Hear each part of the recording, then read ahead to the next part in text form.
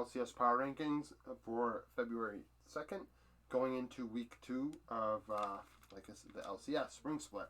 Obviously, I do the titles differently for the LCS because the weeks are off of all the other 3 major regions, as well as the fact that I titled the ones during the lock-in by week because they started when everyone else did. And, else I'll have LCS Spring Split Week 2 Power Rankings twice, and I don't really want to do that right now. Maybe I will change the titling in a couple weeks back to the normal, titling. So I do this for all 4 major regions. The LEC went up yesterday. LPL and LCK come out Monday and Tuesdays when they do play. Last week they didn't, so I did not do them this week because they didn't play. However, they did return this morning in the LPL's case and yesterday morning in the LCK's case. So if you want to see some highlights and breakdowns of the games, I did that to save you time of watching 46-minute games between 2 bad teams. So, Power Rankings, LCS. It's only been 1 week, so there's a lot of movement because the lock-in tournament, we could only get, the last week of the lock-in tournament. There's only a couple teams playing. We haven't seen the worst teams play in a while, so it was something new to watch. I really wish I hadn't. In the case of 10th place, for example, I really wish I hadn't watched their game on Saturday. Dropping... you can't even read that. You can't even read that. So, they dropped 3 spots. CLG. You lost to FlyQuest when FlyQuest was cheesing you. They did smite Jana top, and you lost. I had FlyQuest 10th last week. Obviously, they're not 10th this week, but 10th nonetheless. It's not good enough. It's not good enough. Lost to 100 Thieves, whatever, but you got blown out by 100 Thieves. That's the problem. Luger and Poom did not perform this past week like we had hoped they would. They have to carry, and they are not. Jenkins is Jenkins, Palafox is Palafox, and Contracts is Contracts. Nothing against those 3 players, but they are not giving me reason to believe that they're going to come out of the basement. So right now, 10th place. 9th place.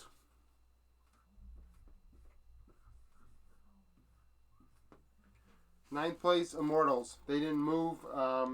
However, they lost to Dignitas and TL. There's no harm in losing to TL. Kind of how I go over my rankings. Depending on who you lose to is how I affect the rankings and who you win against. And how I think you're going to do all split. That's how power rankings work for everything. But specifically in this, if you lose to someone up here, I'm not going to drop you from 7th to 8th. What does that matter? You should lose that game, in theory. If you win it, you're moving up, in my mind. Vice versa. If you lose to if G2 loses to Rogue like they did, G2 does not drop from 2nd to 3rd. You lost to Rogue. Shoot. Okay, well, now we know you're not as good as Rogue right now, but you might be better than these, whoever's here. And when they beat these guys, you're not moving up to 1st. You beat Immortals. What does that matter? So Immortals losing to TL and Dignitas. Revenge really hasn't done much for me. Xerxes hasn't done much for me. Wild Turtle had moments. PoE's kind of slacking, and so is Destiny. Immortals does not inspire me at all. CLG does not inspire me at all, outside of Luger and Poom. Golden Guardians. I don't even know what to think about Golden Guardians. Golden Guardians, you lost to FlyQuest. They didn't lose as bad to FlyQuest. They should have beaten FlyQuest. And they should have beat C9. That's where they're still 8th and not, in my mind, like CLG, who went 0-2. You were up on C9, you lost a team fight, lost the game. What are you going to do?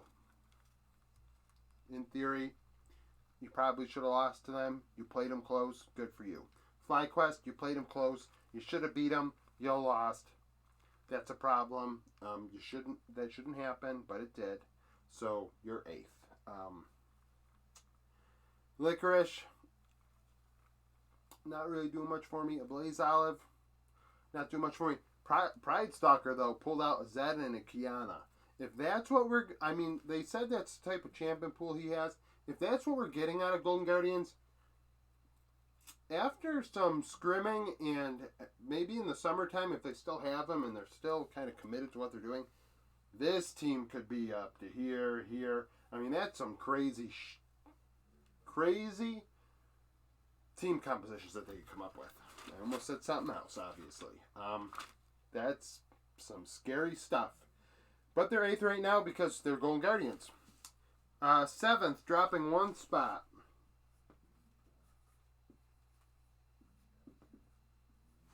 So I debated on this. I didn't really want to drop them here. I thought they still should have been 6th, but I didn't think it was right to who I put 6th. I thought TSM went 0-2. They should drop. Losing to EG, first game. They've only been scrimming for a few days. Shenny and Kidio. I mean, what are you going to do? So, losing to EG is whatever. Losing to Dignitas is a problem, though. I had them 5th and 6th, and I said, this is a determining game. What do we got here? Where is the line in the sand between the haves and the have-nots, at least going into the split, you know? And, TSM do not have it. They don't have it. So, 6th place, and a team that I'm giving credit to, FlyQuest. I mean, moving up 4 spots. Are they a playoff team? Probably not. But I have to give them their due. You went 2-0. You pulled out the Jana top. You went with Karma top. Not as good as Jana. Almost lost. But they are willing to do that. What are they willing to do all year? That's what they're going to have to do, because on paper, they stink. But if you pull that sort of stuff out, all of a sudden, out of the teams that are not doing that well, TSM should be better than you, but they're not right now. The teams that aren't that good, on paper, something like that can set you apart. Same thing as these guys when it comes to Pride Stalkers Champion Pool. Team compositions, drafting can set you apart when you're, if that's all it is. If that's all you have to do, do it. I give their coaching staff so much credit. I give the players so much credit. Kumo for doing what he did. Pretty much sacking all his stats for the year doing this. I mean, people don't care about stats, but maybe when you're negotiating to join a team, they're going to be like, your CSD was this for the year. And you're going to be like, did you take out that Jana top game? Oh, no, we didn't. Yeah, well, you started negotiating as if you didn't, and that's going to upset me. So, FlyQuest is 6th. 5th, not moving at all.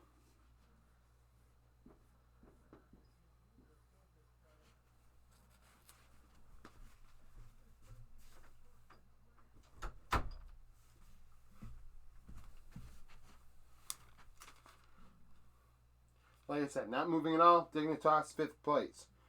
Beat Immortals. You should do that. Beat TSM. Big deal. Now all of a sudden, there's a line here. Usually I do my tiers at the end. Now there's a line. That line has significance to me. There's the haves right now, in my opinion, and the have-nots as the split starts. Dig is a have. Beating Immortals, like I said, no big deal. Beating TSM, big deal. River, big deal. Neo, big deal. Fake God, problem. Put him on Gragas every game. Put him on Malphite. Put him on, something that you don't need to have carry you. Be creative. Bring out something crazy like a Maokai. I don't care. Don't expect him to carry, and you'll stay up here. Blue, give him the carries. Give him Zoe. Give him Victor. Give him Akali. Give him things that could carry games. Blue is capable of doing that. 5th place for Dig. 4th place, dropping 3 spots.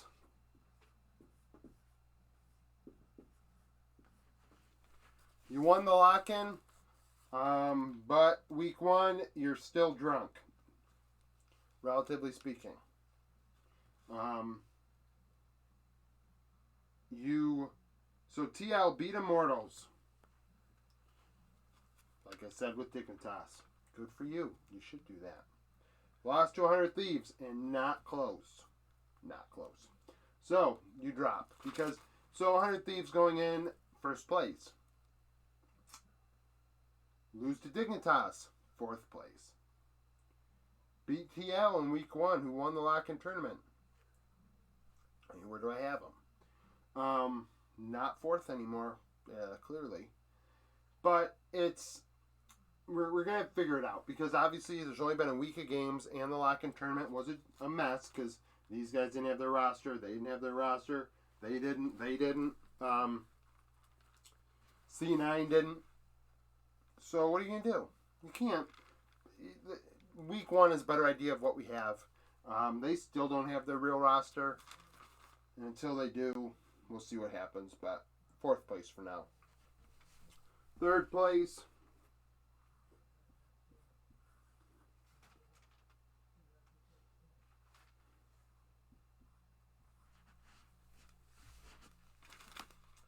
Third place, beat TSM. At the time, TSM was here. Okay, you beat TSM. Good for you. Lost to C9, and in the manner in which you did, you should have beat C9, and you didn't.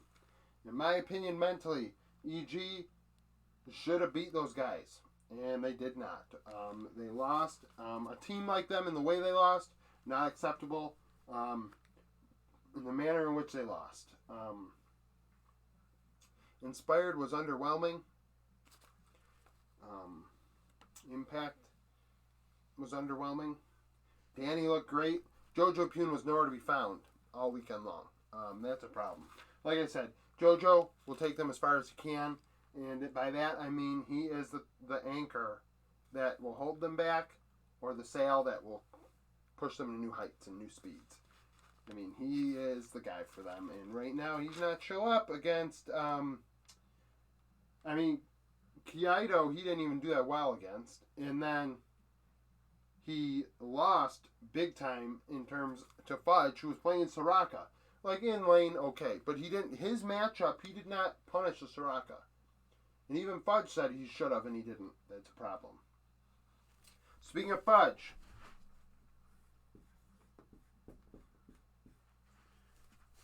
Well, might as well do this, actually. More to think about it. Why hide it when we know who's left? So, C9 second, 100 Thieves first.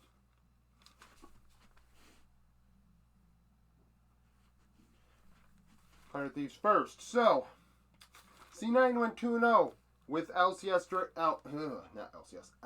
drafts. I loved it. It was exciting.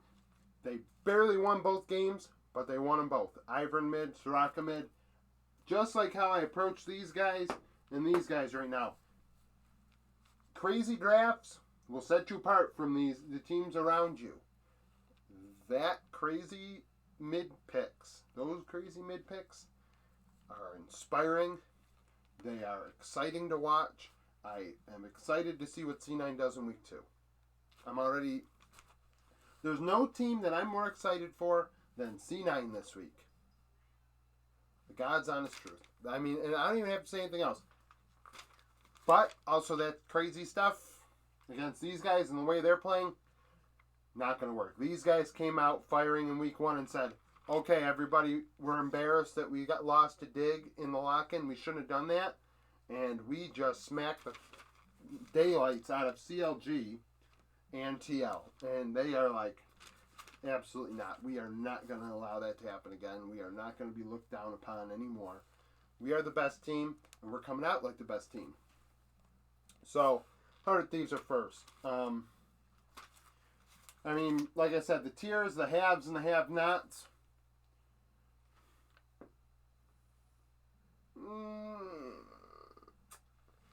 I don't have my eraser. Ignore that. We're doing this. But it's between 8th and 9th, 7th and 8th. And it's because that Pride Stalker champion pool is fun. FlyQuest and them are there because their drafts are fun. So those are my LCS Power Rankings going into week 2 on February 9th. If you missed my LEC ones, they're out. They were out yesterday. If you want daily League of Legends content for the 4 major regions when they do play, I upload videos every day highlighting the key moments of each game, saving you the time of watching a 55-minute game. And noting the key moments. So if you want to look back, oh, there was an outplay in top, and this is what changed the game at 13 minutes or whatever in the early game. You go to the video and the VOD and you see 13 minutes. You're like, okay, this play was it. Now I'll watch the rest of the game, or I'll watch important parts or whatever. And, you know, like the C9 games. Early game, don't need to watch that. The comebacks and the fights happened at like 20, 25 minutes or whatever in both games. Watch from that point on and watch the rest of the game. You know, save yourself time. So, like and subscribe if you enjoy this content, and thank you for watching.